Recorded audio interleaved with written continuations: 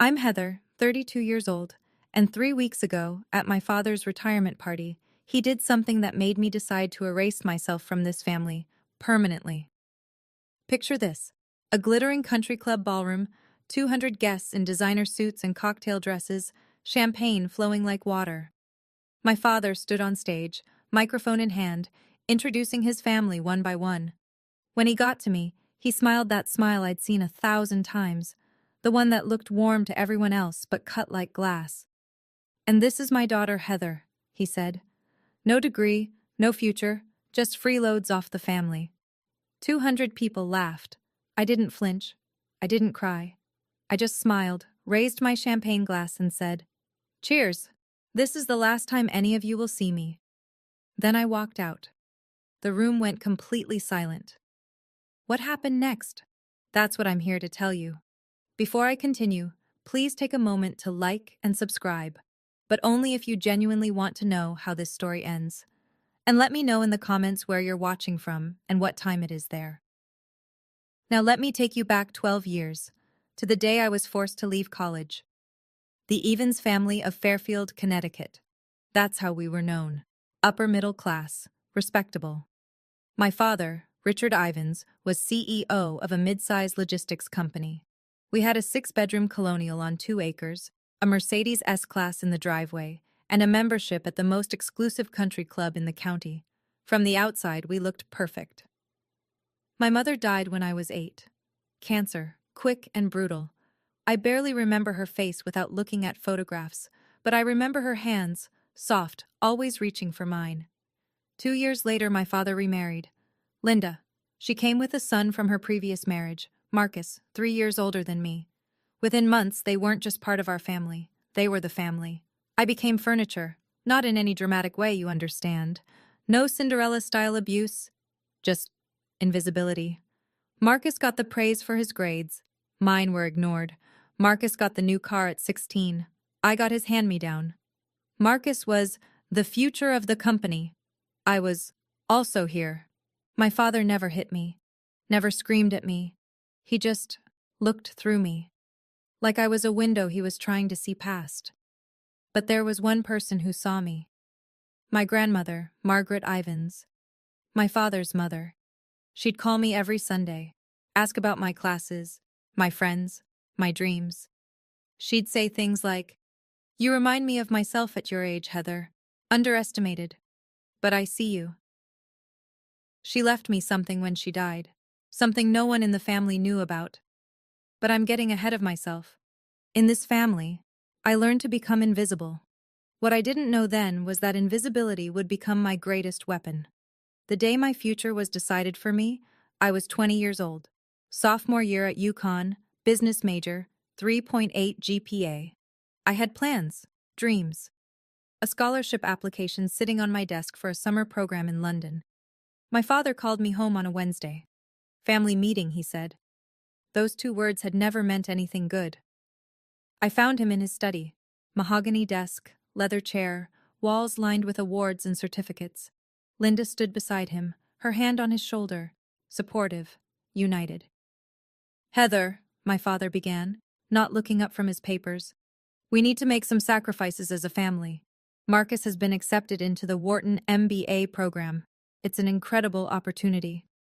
My heart rate didn't change. I already knew where this was going.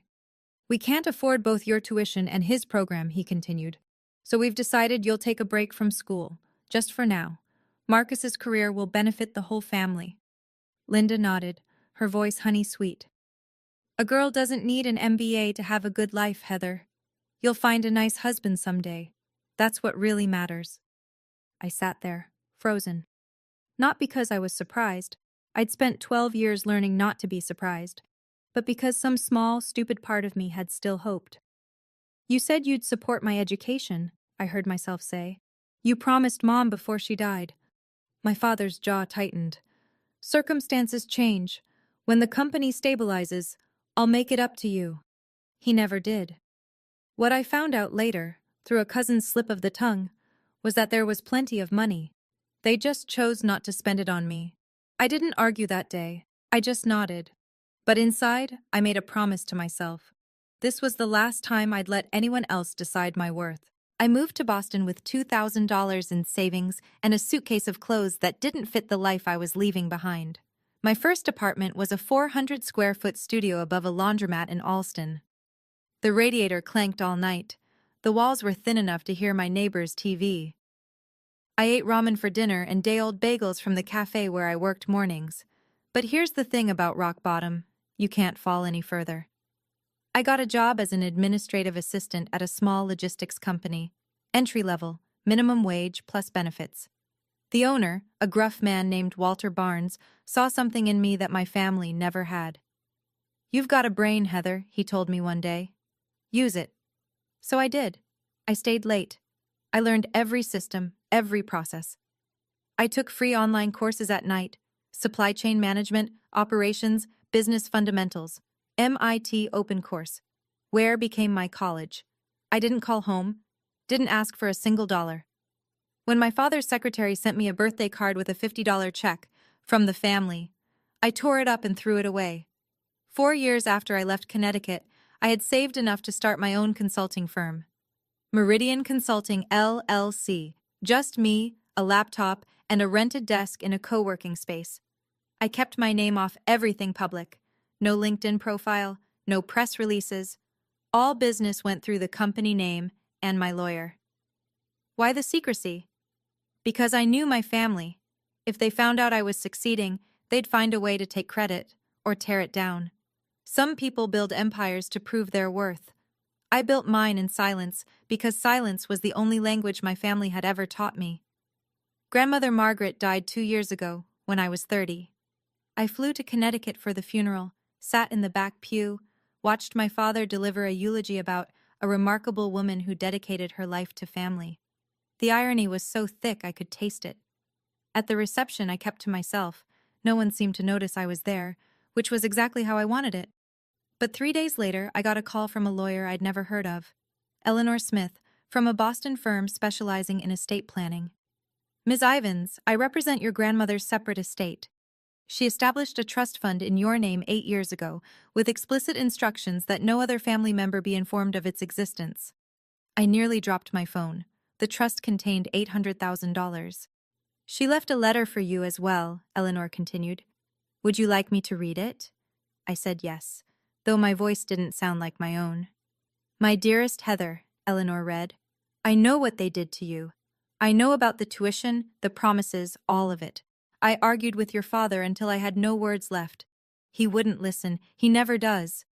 This money is yours. No strings, no conditions. Use it to build the life you deserve, the life they tried to take from you. Remember what I always told you. Don't let anyone say you're not worthy. When they finally see your worth, it will be too late for them. I believe in you. I always have. All my love, Grandma Margaret." I used part of that money to expand Meridian Consulting. The rest I kept as insurance, for a day I hoped would never come, but always knew might. That day came 3 weeks ago. Let me tell you about Meridian Consulting today. 15 employees, $4 million in annual revenue, offices in Back Bay, Boston, the kind of address that makes people take you seriously before you even open your mouth. I wear Cartier now, not because I need to impress anyone, but because I earned every piece myself. We specialize in logistics optimization, helping companies streamline their supply chains, reduce costs, improve efficiency. It's not glamorous work, but it's profitable, and I'm good at it. Here's the part that would make you laugh if it weren't so painfully ironic. One of our biggest clients is Ivins Logistics, my father's company. They signed a 5-year service contract with us 3 years ago. We handle their route optimization, warehouse management consulting, and carrier negotiations. The contract is worth about 40% of their annual revenue in operational savings. My father has no idea. All communications go through my team. All contracts are signed by my CFO, Daniel Reeves. The few times Richard Ivins has praised Meridian Consulting at industry events, he's been praising his own daughter's work. The daughter he told everyone was worthless. 3 weeks ago, I received a formal invitation to his retirement party.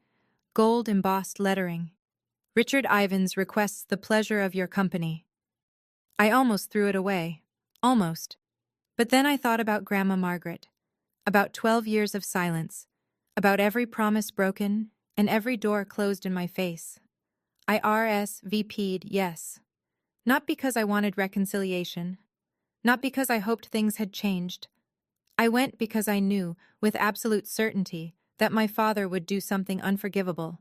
And when he did, I wanted to be there to say goodbye on my own terms. I just didn't know how right I would be. The Fairfield Country Club hasn't changed in 30 years. Same Swarovski chandeliers, same pretentious valet service, same crowd of old money and new ambition pretending they belong together. I wore a black Valentino dress, simple, elegant, expensive. My grandmother's pearl earrings, Cartier watch, Hermes Birkin bag. Everything I owned, I'd bought myself. That mattered to me more than the labels. Linda intercepted me at the entrance. She'd aged, but her smile hadn't. Still that perfect mask of warmth that hid something colder underneath. Her dress was Chanel, her diamonds were large, and her eyes did a quick inventory of my outfit before she spoke. "Heather, you came." Her tone suggested this was a pleasant surprise and a minor inconvenience. "Your father wasn't sure you'd have something appropriate to wear." I smiled. How thoughtful of him to worry. Inside, 200 guests mingled beneath crystal light. The who's who of Connecticut business, bankers, lawyers, executives, politicians. I recognized some faces from my father's old dinner parties. None of them recognized me. Marcus swept past with a model thin blonde on his arm, not even glancing my direction. He was telling someone about his vision for the company's future. Classic Marcus. All confidence, no substance. I found my seat assignment. Table 14. The far corner near the service entrance with friends of the family I'd never met. Not the family table, not even close. I wasn't surprised, but I noted it. A waiter offered champagne, Dom Perignon, nothing but the best for Richard Ivans's big night. I took a glass. Across the room, I caught my father's eye. He nodded once, a dismissal disguised as acknowledgement, then turned back to his real guests. The evening was just beginning, and I had a front row seat to my own family's contempt. I've learned, over the years, that the best information comes from staying quiet and keeping your ears open. From my corner table, I watched and listened. The acoustics in that ballroom carried conversations better than people realized. My father was holding court near the bar, surrounded by business associates. I heard him mention operational restructuring and strategic partnerships, standard executive speak. But then, "Meridian Consulting has been transformative for us," he was saying to a silver-haired man I recognized as a major shipping executive.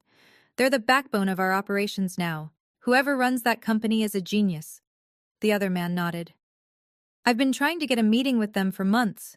Very private operation. Do you know who's behind it?" My father shrugged. "Never met them personally.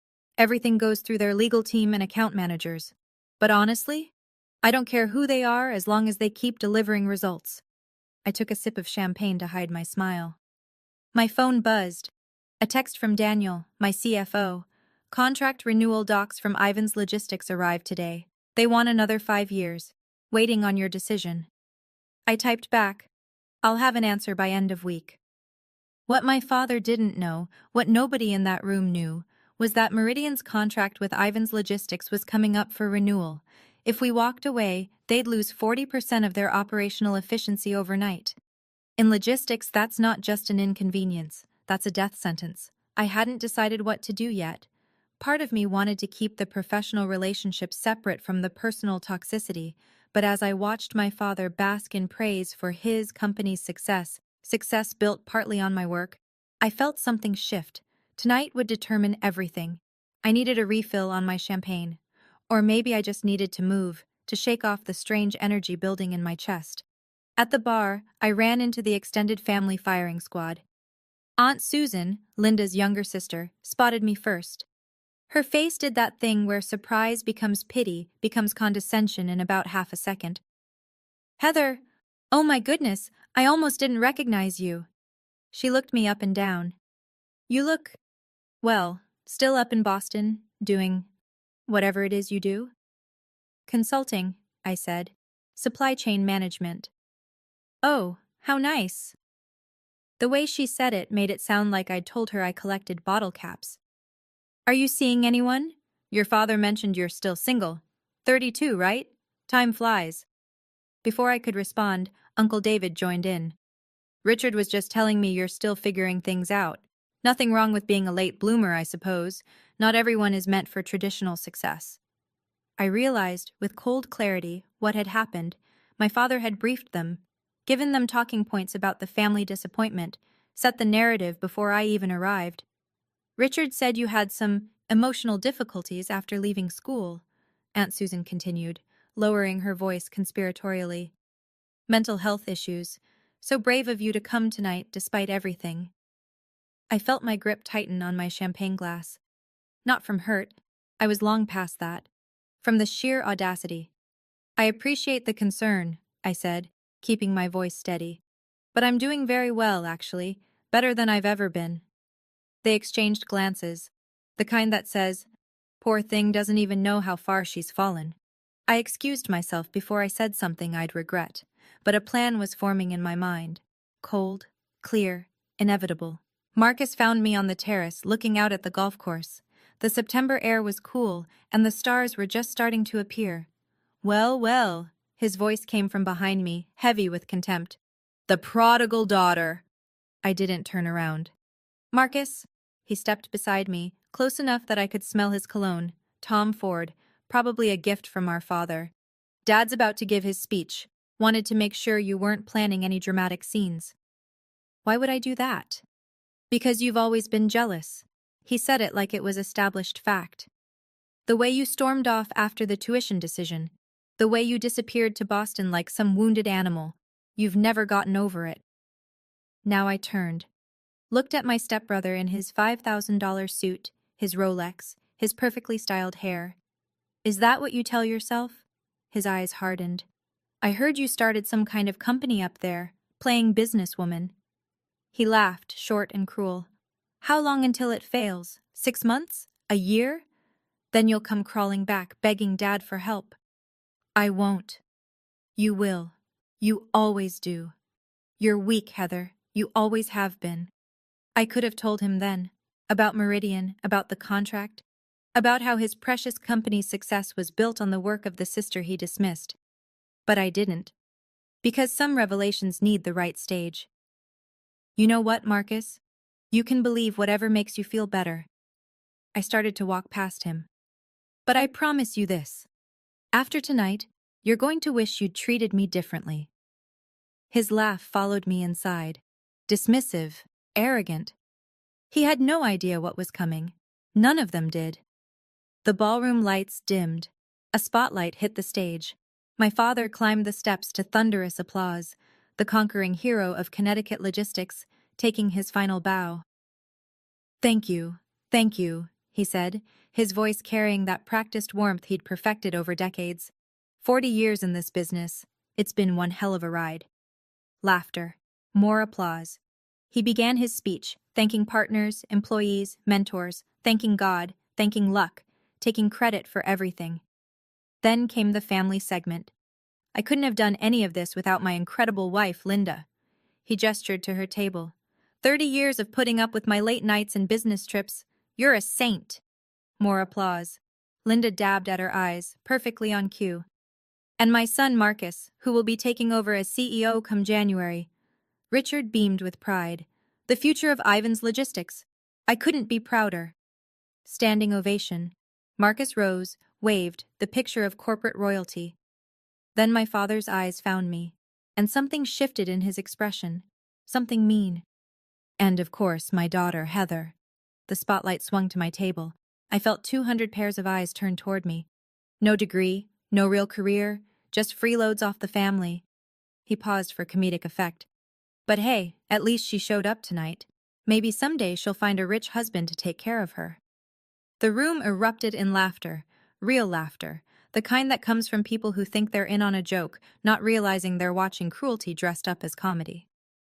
I sat perfectly still, didn't flinch, didn't cry, didn't look away. I just waited for the laughter to fade, and then I stood up. The room went quiet as I rose. I could feel every eye on me.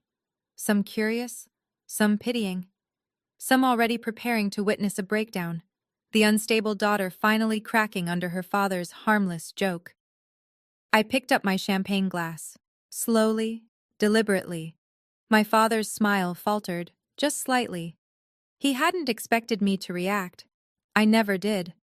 I was supposed to sit there and take it, like I always had. I raised the glass toward him. "Congratulations on your retirement, Dad." My voice was clear, steady, loud enough for every microphone in the room to pick up. 40 years in business, quite an achievement. I paused. "You taught me a lot.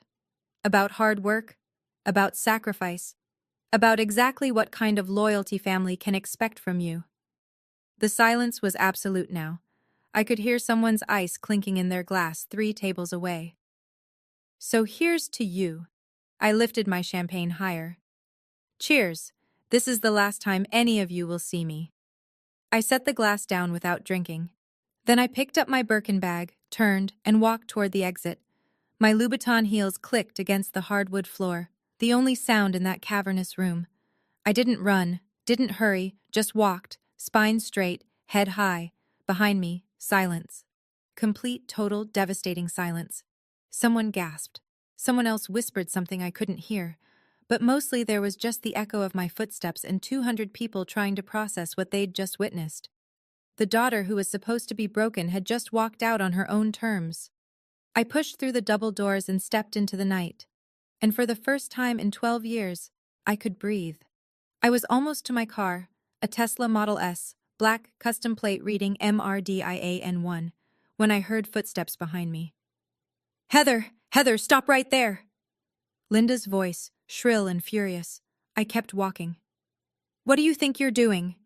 She grabbed my arm, spinning me around. Her face was red beneath the country club lights.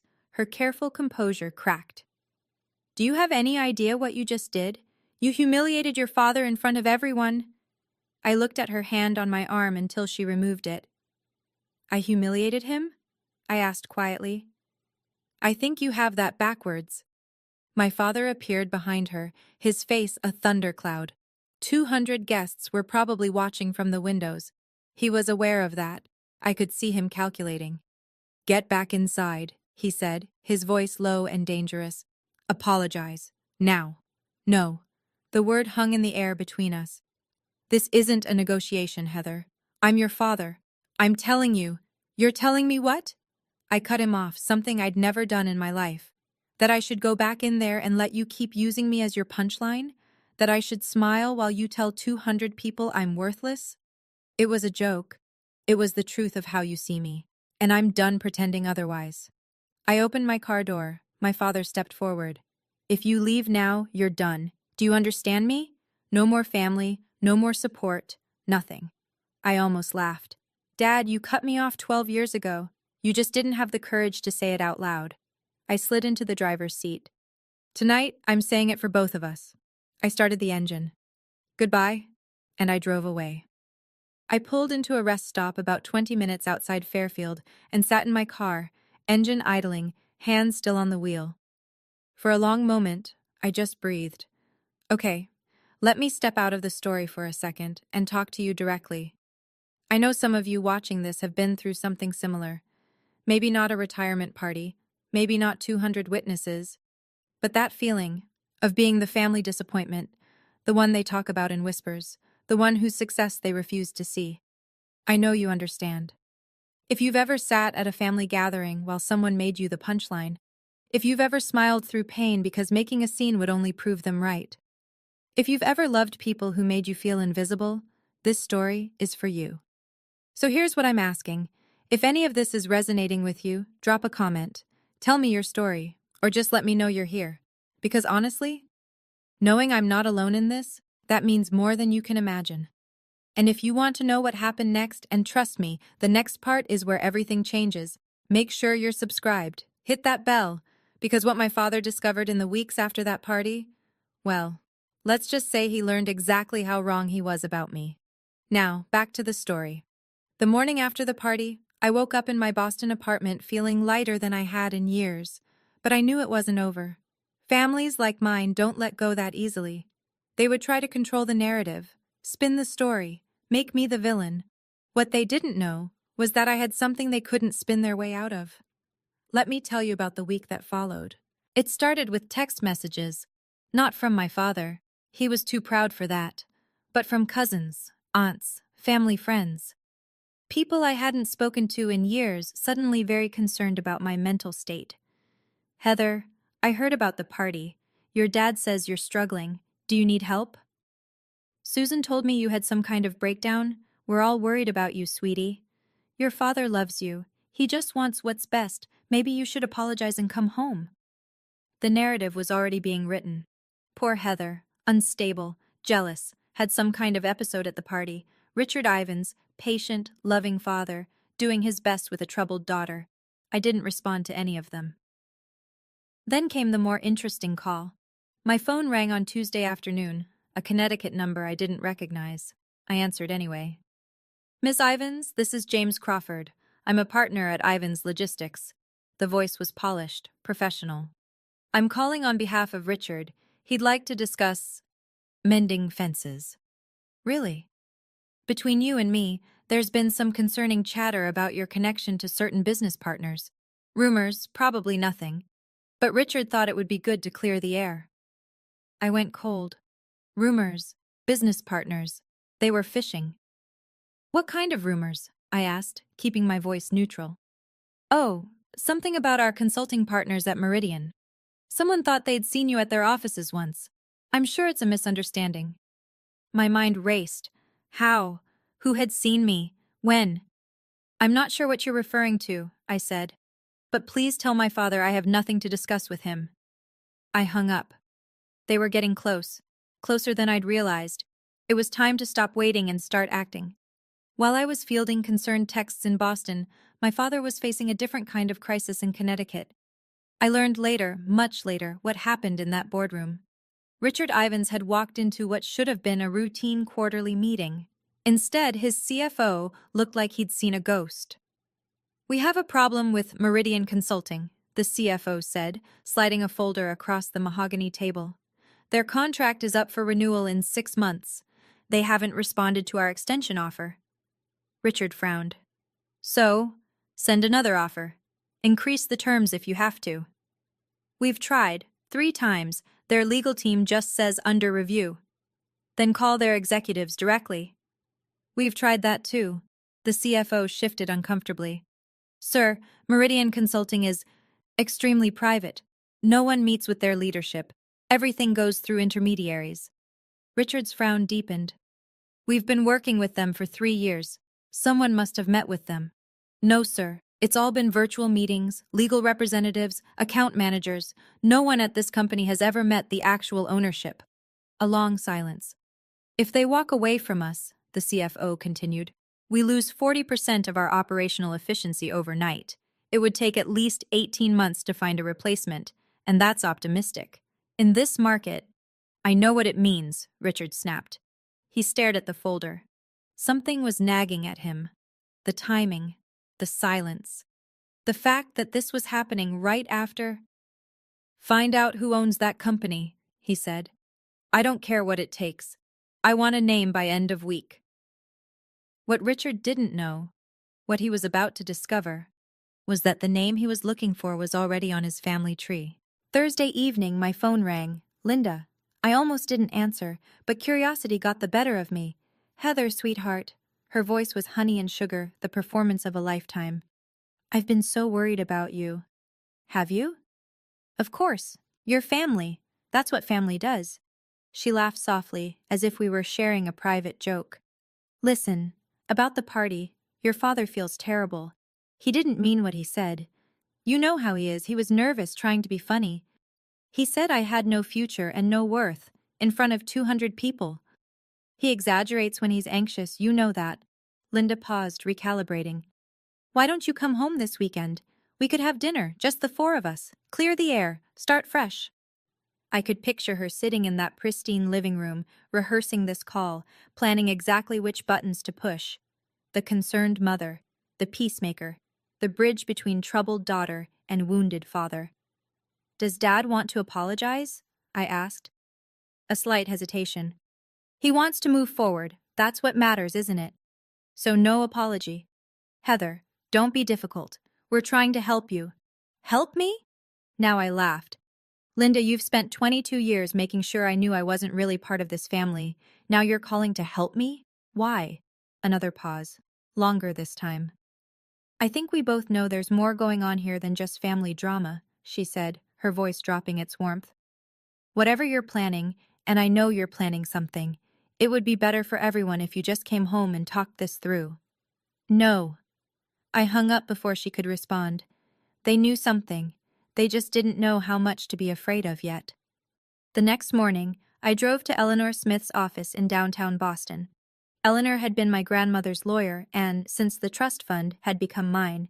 Her office was sleek and efficient, glass and steel, Boston skyline views, the kind of place where serious business happened. "I've been expecting you," she said when I walked in. "I assume this is about Ivan's logistics." "They're investigating Meridian, trying to find out who owns it." Eleanor nodded, unsurprised. "Your anonymity was always going to be temporary. The question is, how do you want this to unfold?" She spread documents across her desk. The Meridian contract with Ivan's Logistics, every clause, every renewal term, every exit provision, the trust fund documents, the company and corporation papers. "Your contract includes a standard 30-day termination notice," Eleanor said, pointing to the relevant section. "You can end the agreement for any reason. No penalties, no legal exposure." "And my grandmother's trust?" "Completely separate from the Ivans family estate, legally unimpeachable. Richard has no claim to any of it, even if he tried to contest." She looked at me over her glasses. "Margaret made sure of that." I stared at the papers. Everything was in order, everything was legal, every T crossed, every I dotted. "What did my grandmother say about all this, when she set up the trust?" Eleanor smiled sadly.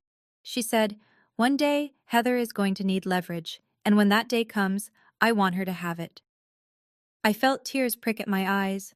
Grandmother Margaret, protecting me even from the grave. "She also said something else," Eleanor added. "Tell her not to be cruel about it. Just be honest. Sometimes the truth is punishment enough." I nodded. The truth it was, then. That afternoon, I sat down with Daniel Reeves, my CFO, in Meridian's conference room. Daniel had been with me since year 2. He knew everything about my family, about Ivan's logistics, about why I'd kept my name off the paperwork. He was loyal, competent, and the closest thing I had to a true ally. "They want to renew the contract," he said, scrolling through his tablet. 5 more years. Actually increase the terms by 12%. They're nervous. They should be. I pulled up the financial projections on the conference room screen. Numbers don't lie, and these numbers told a devastating story.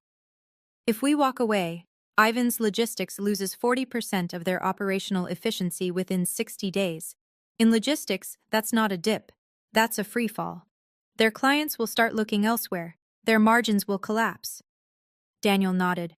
"Marcus just took over as CEO. If this hits on his watch, his reputation is finished before he starts." We sat with that for a moment. It felt surreal, holding so much power over people who had spent decades making me feel powerless. "What do you want to do?" Daniel asked. I'd been thinking about this for days, about Grandma Margaret's words, about revenge versus truth, about what kind of person I wanted to be. "Draft the termination letter," I said finally. 30-day notice per the contract terms. No malice, no accusations, just business. And the reason? Strategic repositioning. That's all they need to know officially. I paused. "But I'm also going to write a personal letter to my father. Separate envelope. He deserves to know exactly who he's been depending on, and exactly why that's ending." Daniel nodded. "When do you want to send it?" "Monday. First thing. No more waiting. No more hiding." I spent all of Sunday writing that letter. Not the official termination notice. Daniel handled that. The professional language, the legal provisions, the clinical restructuring of client portfolio explanation that would go in the file. I wrote the personal letter. The truth. I went through 7 drafts. The first was too angry. Pages of accusations, every hurt cataloged and condemned. The second was too cold. The third was too desperate. The final version was simple, clean, factual. Dear Dad, you said I had no future. You told 200 people I was worthless. I want you to know something. The company you called the backbone of Ivins Logistics, Meridian Consulting, is mine. I built it. I own it.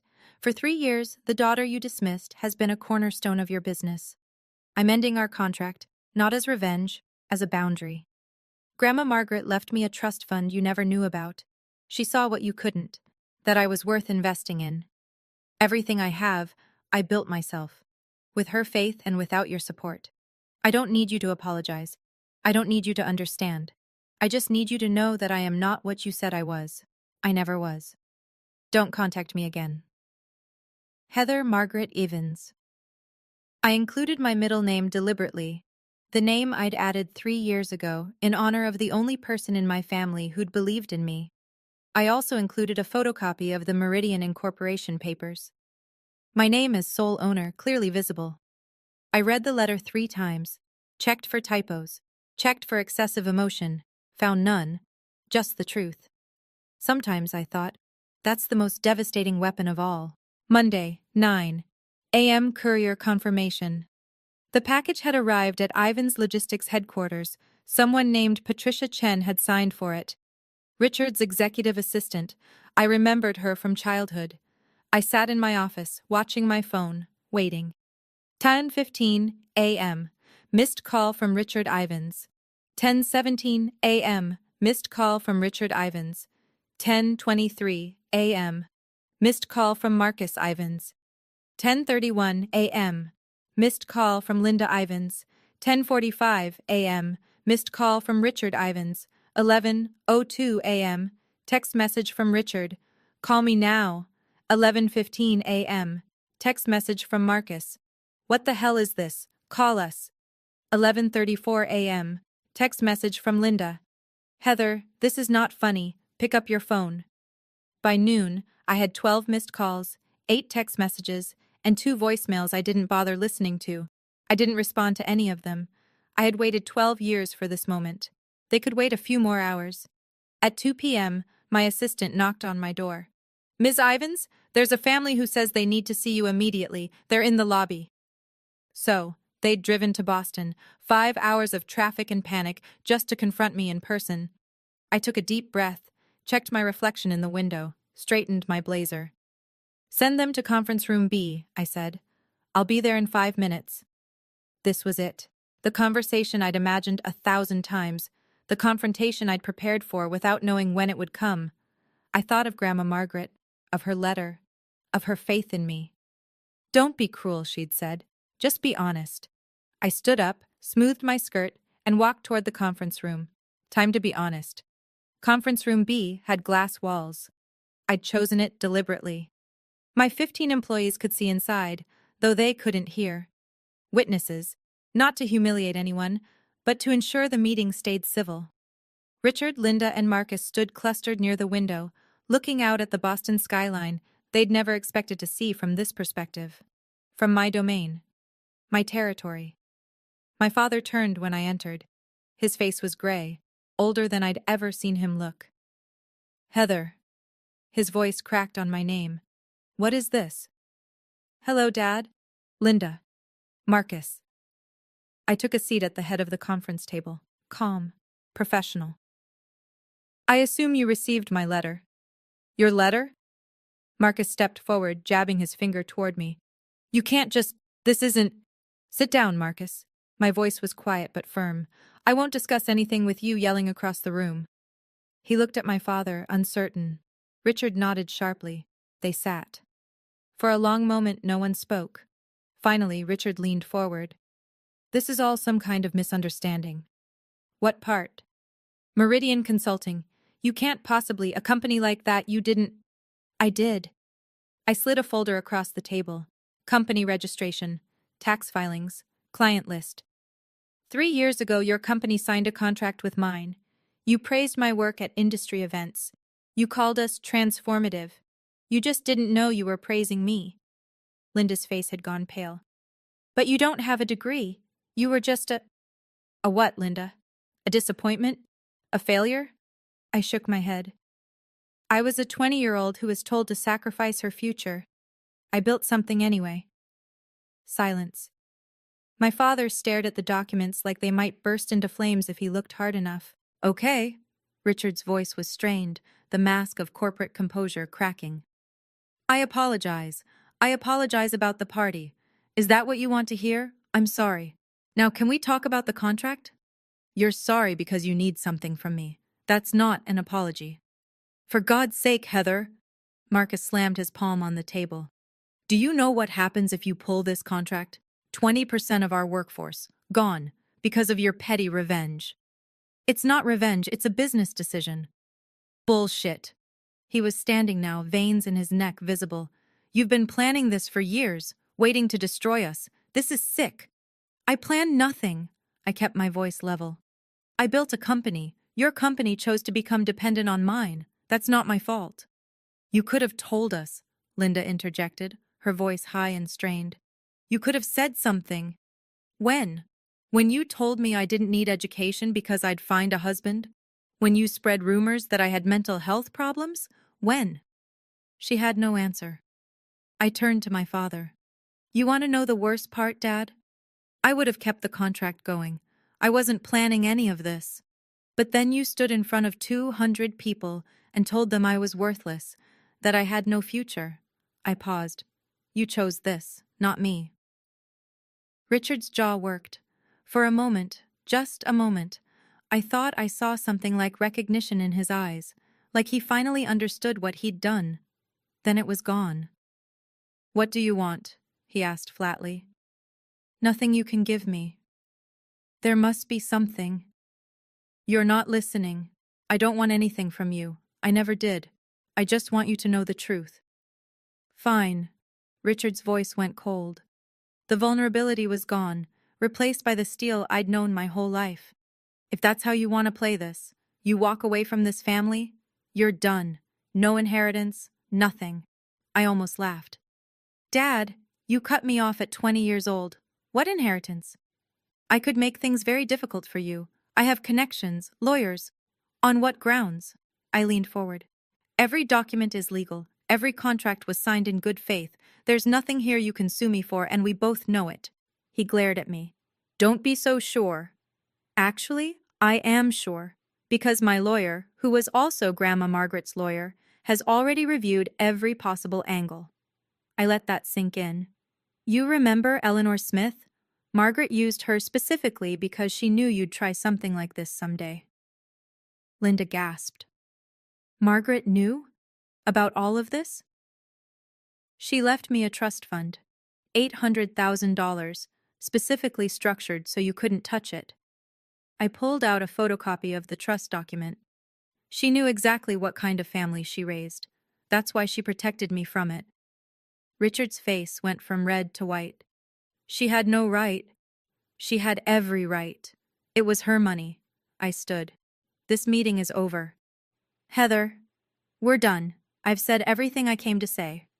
I walked toward the door, then paused. One more thing. If you contact me again, calls, texts, showing up at my office, I will release every email, every document, every record of how this family has treated me. All of it is legal, all of it is backed up, and all of it would make a very interesting story for the business press. I opened the door. The receptionist will show you out. I stood in the doorway, watching them gather themselves. 3 people who had spent my entire life making me feel small, now looking very small themselves. My father rose slowly, like an old man suddenly aware of his age. Linda clutched her handbag like a shield. Marcus stared at me with something new in his eyes.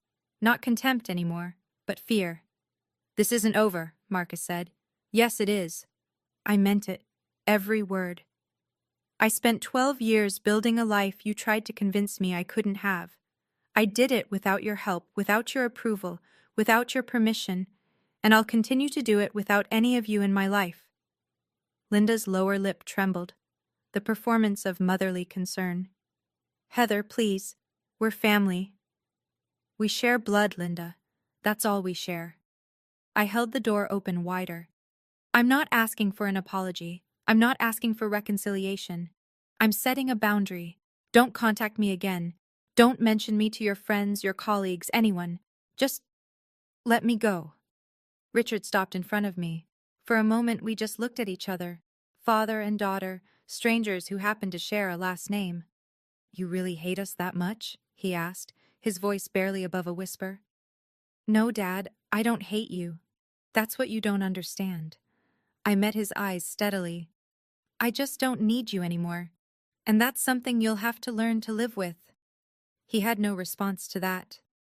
They walked out through the lobby, past my employees who carefully pretended not to watch.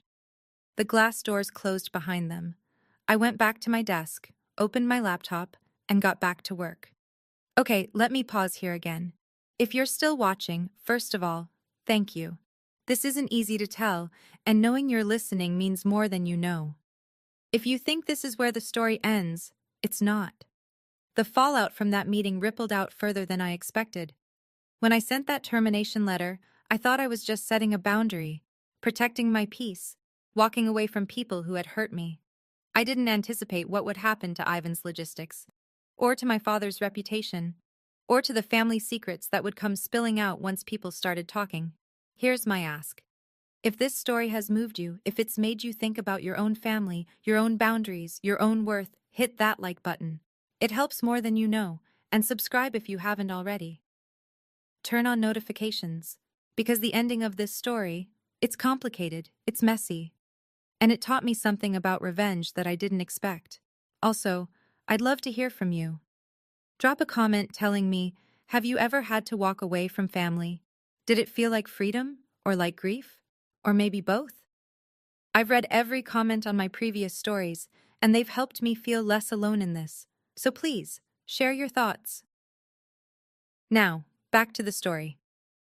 1 week after that confrontation in my office, I received a phone call from someone I hadn't spoken to in years, someone who had information that changed everything I thought I knew about my family, and about why they really treated me the way they did. Let me tell you about that call. The caller was my Uncle Robert, my father's younger brother. Robert had always been the black sheep of the Ivans family, an artist, a dreamer, the one who didn't go into business. I hadn't seen him since my mother's funeral, hadn't spoken to him in over a decade. "Heather." His voice was older, rougher. "I heard what happened, at the party, at Richard's office. Word travels fast. Small community." He paused. "Listen, there's something you should know. Something I should have told you years ago, but I was too much of a coward." I sat down slowly. "I'm listening." "When your father said the family couldn't afford both your tuition and Marcus's, that was a lie." "I know. I figured that out." "No, you don't understand. It wasn't just that there was money available. There was a specific fund. Your mother set it up before she died, for your education. Enough to cover a full 4 years at any school in the country." My heart stopped. "Richard drained it, used it for Marcus's MBA, then told you there was no money." Robert's voice cracked. "Your mother wanted you to have choices, Heather. Richard stole them." The room tilted. I gripped the edge of my desk. "Why didn't you tell me?" "Because I was afraid of Richard. We all were." Robert exhaled. "Margaret, your grandmother, she found out. That's why she set up the trust for you. She couldn't get your mother's money back, but she could make sure Richard didn't take anything else." I thought about Grandma Margaret's letter. "I know what they did to you." She knew, all along. "Why are you telling me now?" I asked. "Because it's time the truth came out. All of it." He wasn't done. 2 months after I terminated the Meridian contract, the consequences became public. I wasn't trying to monitor what happened to Ivan's logistics. Honestly, I was trying to move on. But in the Connecticut business community, news travels fast, especially bad news. The company announced a 20% workforce reduction, 70 employees laid off, right before the holidays. The press release blamed market conditions and strategic restructuring, but everyone knew the real story. Their biggest consulting partner had walked away, and they couldn't recover. Marcus, barely 3 months into his role as CEO, was already being questioned by the board. His vision for the future was crumbling under the weight of his father's bridge burning. Richard came out of retirement to help manage the crisis. The triumphant exit he'd planned, the legacy he'd built, was unraveling. But the real damage was to their reputation. Word spread. Not from me. I kept my mouth shut. But 200 people had watched my father humiliate his daughter at that party, and when those same people heard that the daughter was actually his company's most important business partner, the whispers started. Did you hear about Richard Ivins? Mocked his own daughter, turns out she was keeping his company afloat. Always thought there was something off about that family. In Connecticut business circles, reputation is everything. And Richard's was crumbling. A former colleague told me that at a recent industry dinner, Richard sat alone. No one wanted to be associated with the man who'd publicly disowned the daughter who'd secretly been his backbone. I didn't feel triumphant hearing this. I didn't feel satisfied. I just felt tired. Grandma Margaret had been right. Sometimes the truth is punishment enough. I didn't have to do anything else. The truth did it all by itself. 6 months later, I sat in a therapist's office in Beacon Hill. Not because I was falling apart, because I was finally ready to put myself back together. You don't seem like someone who needs therapy, Dr. Patel said during our first session. Everyone needs therapy, I replied. I'm just finally letting myself admit it. We talked about my family, about the years of invisibility, about the burden of building success in silence, about the strange grief of cutting ties with people who were supposed to love me. Do you regret what you did? She asked. No, and I meant it. I regret that it had to happen, but I don't regret protecting myself. Outside of therapy, my life was good. Better than good. Meridian was thriving. We'd replaced the Ivans contract with 3 smaller clients, more diversified, more stable. Daniel got a promotion.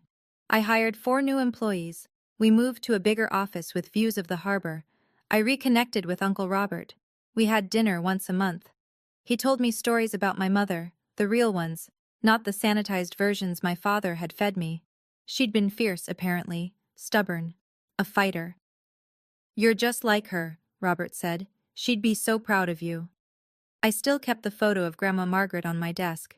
I visited her grave every month, left flowers, told her about my life. It felt strange talking to a headstone, but also healing. I did it, Grandma, I told her one spring morning. I didn't let them define me. The wind rustled through the cemetery trees. If I listened closely, I could almost hear her voice. I knew you would, sweetheart. I always knew. So here's what I learned. If you want the moral of this story, your worth is not determined by a degree. It's not determined by your family's opinion. It's not determined by who believes in you or who tries to tear you down. Your worth is determined by what you build when no one is watching, by who you become when everyone counts you out, by the life you create with your own 2 hands. My father thought he was teaching me a lesson at that retirement party. He thought he was putting me in my place. What he actually did was set me free. I don't hate my family. That's the part people struggle to understand. Hate takes energy. Hate is a chain. I'd rather spend that energy on people who deserve it, on work I believe in, on relationships that nourish me, on a life that's truly mine. Boundaries aren't about revenge. They're about protection. They're about saying, this is where my life begins and your damage ends. If you're in a family that makes you feel small, if you have people in your life who see your potential as a threat instead of a gift, if you've ever been the family disappointment, the scapegoat, the invisible one, I see you. I've been you, and I promise you,